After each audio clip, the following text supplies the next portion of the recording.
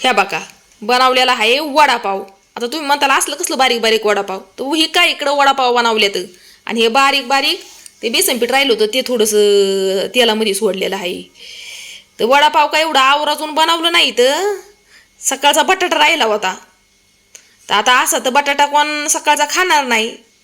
मी डोकं लावलं, डायरेक्ट त्याचं वडं केलं आणि दिलं पोरांना तर तळू तळू. आणि पाव पण सकाळचं राहिलेलं होतं. मग बरोबर ते सांदाचा बसला, चला आपलं कारागीर काय करते ते बघूया. अगो बाया, कारागिरांचं तर पैसे मोजामोजी चालली या. तुम्ही म्हणताल एवढं पैसे आहेत तुमच्याकडं, पोरांना खेळाय पैसे दिले तर नकली पैसे आहेत, खरोखरचं नाही हे पैसे.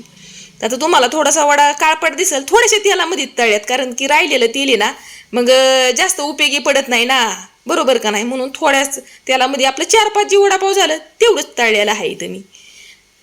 ते आपलं पोरांसाठी. मला तर काय एवढं तेलकड बिलकड मी खात नाही, त्यामुळं माझ्यासाठी तर नाही.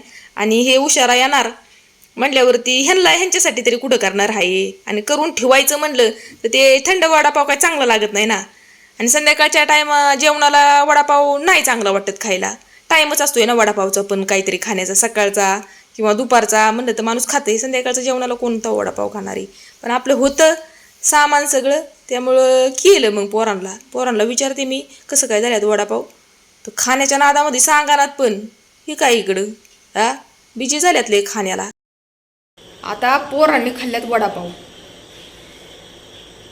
पण आम्ही दोघं जण आहे की. मी काय पण खाईल, माझं काय नसतं एवढं खाण्याचं. पण त्यांना स्वयंपाक करायलाच पाहिजे. स्वयंपाक काय, चपाती आणि भात करता येतो या, पण भाजी काय करावी हा लय मोठा प्रश्न उभा राहतो या. आता काय करावं विचार करते या.